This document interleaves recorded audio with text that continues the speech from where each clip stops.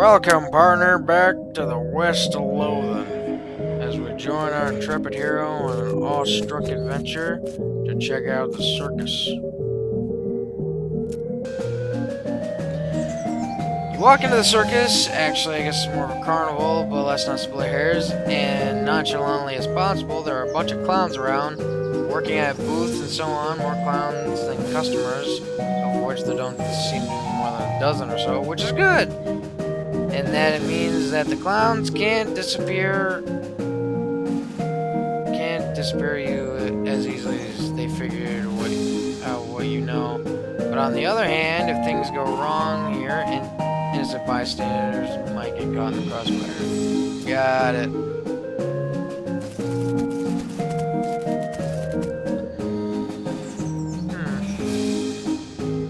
Ticket, please. Ticket for what? Barbie Bob, Stunt Spectacular. Can you sell me a ticket? No, I'm not. Can anyone sell me a ticket? You can win one at a game. Condemned until further notice. Encourage anyone suffering from horse bites. Oh boy. Howdy, fella. Can I interest you in some wondrous delights of the sideshows? How much does it cost? 300 meat. For anyone else, 300 meat. What do I have to do? What all do you have in there? Secrets, mysteries, things too weird to disturb wins. Freaks, not just freaks. Alright. Don't be disappointed. I really wish I killed your ass when I had the chance. The sideshow tent is fairly large and packed with weird things to look at. Like all good sideshows are, a few lanterns are hanging from the ceiling, casting flickering shadows around, making everything look more eerie. A clown is hanging out there, presumably to keep an eye on the exhibit, and grins and nods as you enter. Come on, take your time, have a look around. Just remember, no touching. No touchy!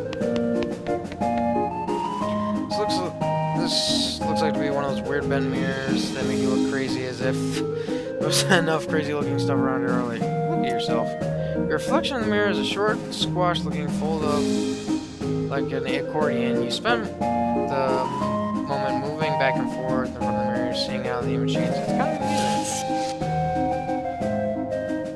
Look at yourself. The mirror makes you look really stretched out and thin. Your limbs twist and writhe like snakes as you move. It's a bit unsettling, and your muscles ache a little sympathetically. Look at yourself. Gah! This mirror somehow shows you what you look like in clown makeup. Bloodshot eyes stare back at you from a pasty white face painted with an odd pattern of red triangles. In the flickering lantern light, it almost looks like he's winking at you.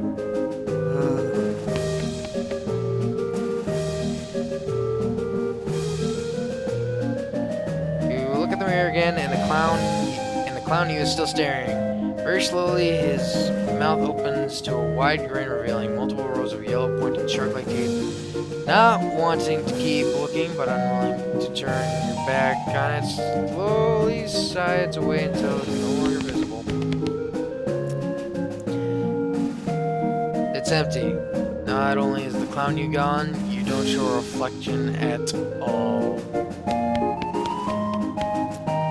Howdy, fella. Welcome to the sideshow. Thanks. What's to see here? Well, down to the left we have our collection of spooky wrapped mirrors. Warped mirrors. Right here we have an exhibition of clown eggs and pickled punks. And further down is our freak show. Feel free to explore. Got any questions?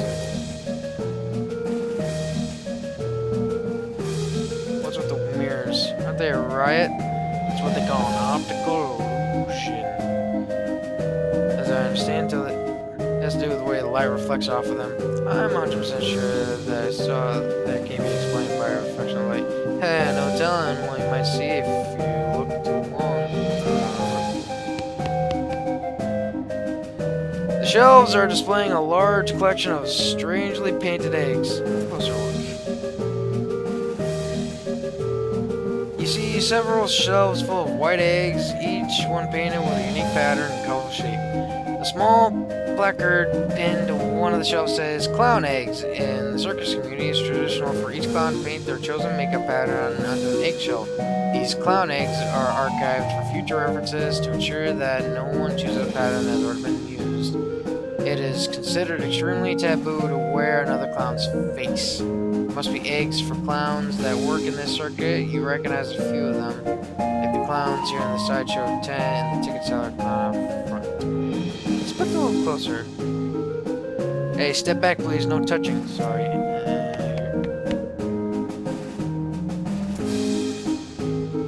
You lean a little closer and inspect the jars. They mostly contain malformed or mutated animals pickled in formaldehyde. A three-headed kitten, some kind of ferret or weasel with 8 legs, a twisted Mobius loop of snakes without a head or tail, weird crazy stuff. One shelf seems devoted to a huge pale grub like fat, fearless white worms the size of sweet potatoes. The one on the end is larger than the others and has shiny black eyes. Someone has painted its face to appear the parody of clown makeup. Pasty white face has been painted with a little blue triangle over and under its eyes. The creature has long, thin slash of a mouth, and the area around it has been painted with bright red lipstick. The black eyes flash red as the thing suddenly thrashes in its jar, spinning the face you, stretches its mouth and rolls with yellow shark teeth. You stumble back and cry of shock. Gah! I got you pretty good there, buddy. But wait, what? It ain't a real critter, it's just made of rubber and clay and doll parts and such. Got an electromagnet onto the shelf to move it with. Push a little button, gizmo in his pocket to show you. Just seen your face when you jumped out of your boots. This guy's is a startling sight even for a circus freak show. His entire head is an enormous eye. As you look at him, he stares back at you and got nothing much. Not that it gives him much choice. Hello there, I'm Limp. How's it going? Can you talk?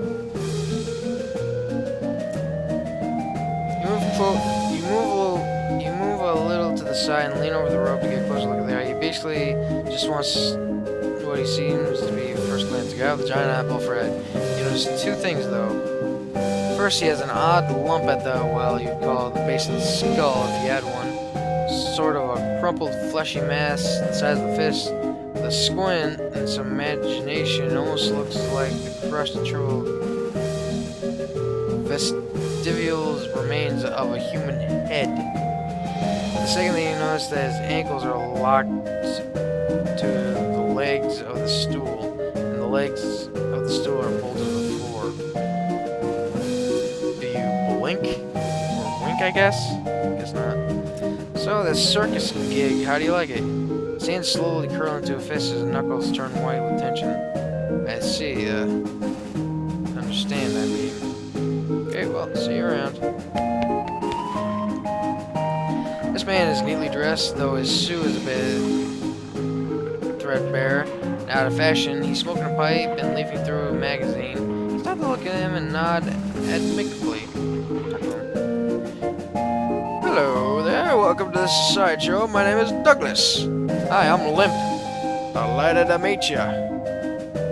So, well, are you perhaps trying to think of a polite way to ask what's wrong with me? Yeah, you got me. Don't worry, Don't worry, Limp. I am in the Sideshow after all. It's obvious, and it's an obvious and natural question. Wait a minute. You said that last bit without moving your lips. Are you a ventriloquist? Not at all, Limp. Allow me to demonstrate. He stands up and turns around. His back is the same as his front. That is, his suit has been tailored with 2 front sides, and he has another face on the back of his head, with the haircut and parted appropriately. Ta-da! The his six-pack down his knees, and other droids crack and pop loudly as they reverse themselves. Douglas winces slightly, though certainly not as much as you'd expect. What in the... Surprising, yes? But yeah, how's that even possible? Douglas shrugs and holds the pipe up to his now back of his head so the other face can take a puff. So, are you, what's the phrase, Siamese twins? Not exactly, it's difficult to describe, I'm afraid. 2 minds in one body with 2 faces? It would be closer to the truth to say that 2 instances of the same mind. With, as you say, 2 faces. You're right, it doesn't make any sense at all. The other face chuckles and Douglas holds the magazine behind his back. It took some getting used to, that much I'm quite certain. Were you born like this? I would rather not discuss how I came by to be this way, if you don't mind. Oh, okay, sorry. No need to apologize. Your knees must be a wreck. Surgery was necessary to permit them to bend in both directions. It sounds worse than it feels, I assure you. Are you in a sideshow? Regular suit haircut, and you could easily pass as a normal person. I have a contract. Out of the corner of your eye, you spot the clown making a gesture, but you didn't catch what it was. Douglas clears the throat. Oh, well, it's quite the life, you know. Free room and board, travel the world, and you meet such interesting people. Talk to you later, Douglas. Poor guy, trapped here. There's a lady here with her head sticking out of a hole in a large metal box. She nods politely at you. Talk to her. Hello. Hello there. Enjoying the carnival? It's, interesting. She smiles slightly. Yes, I'm sure. Can I ask you a question? Certainly. What's your name? I'm Janet. And you? I'm Limp. Nice to meet you. Nice to meet you too, Limp. Why are you in a box? That's a rather personal question, isn't it? Oh, sorry. I'm only teasing, dear. Would you like to see inside? Do I or don't I? You know what? Sure. Janet whistles to signal the clown. As he moseys over, he unlocks the door to the front of the box and throws it open with a theatrical flourish. Inside, instead of Janet's body, you see a tangled, complicated assortment of glass tubes and pipes, ticking clockwork gears and pumps, liquids of various colors, mostly red, slosh through the tubes. A large bellows near the top inflates, and then begins to slowly deflate. What do you think? It's amazing. I've never seen anything like it. Well, I'll take that as a compliment. It's certainly educational, I imagine. The larger tank on the left is my stomach. If you'd like to see what I had for lunch today, examine her workings.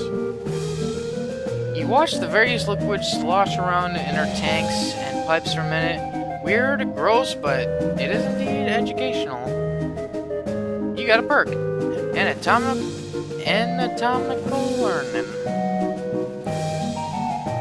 How did this happen? Were you some kind of terrible accident? I'm sorry, but I can't talk about it. Of course, I'm sorry. It must be a painful memory. Her calmly composed face creates a very slight grimace as she shoots a sidelong glance at the clown. Yes. Well, it was nice to meet you, Janet. So long. Good luck, Limp.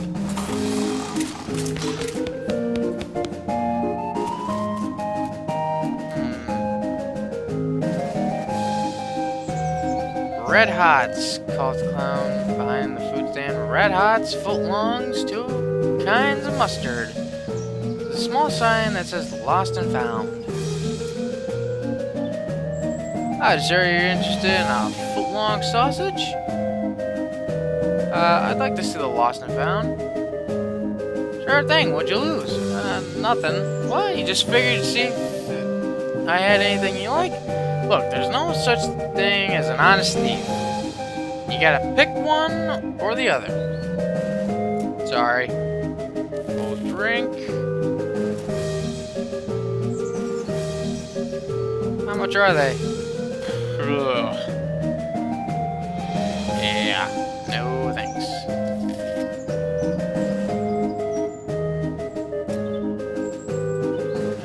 Cotton candy. How much? Nope, not wasting my money.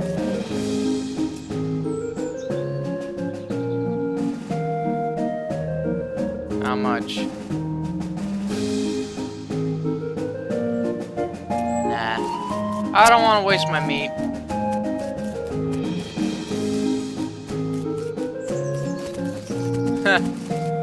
This way to the egress. Exit. Test your aim, test your mind, test your might.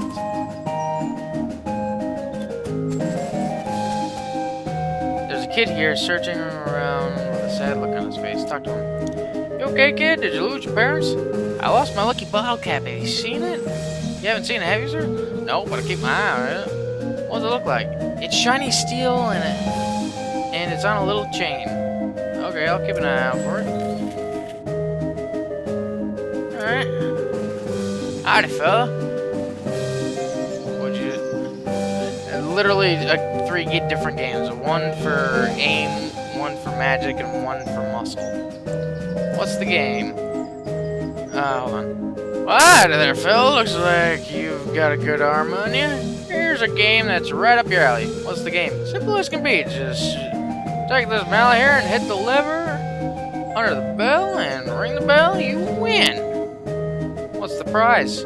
Ticket to Barnaby Bob's stage show, which is otherwise sold out. It's a rare catch, my friend. Alright. Oh, boy. Hit it kinda hard.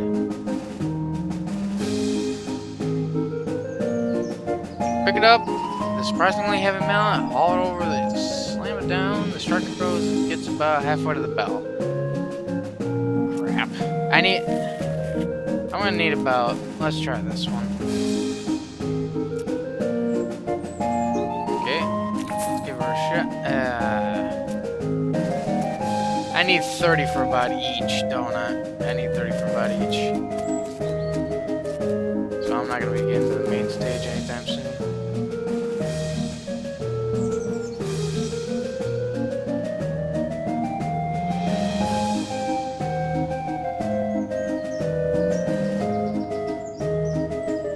Alright, this way to the egress. As long as I can go back in. There we go.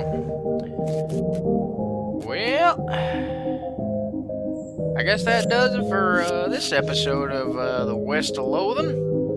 I guess come back next time as we see more of the adventures of Limp Sneaky McCain.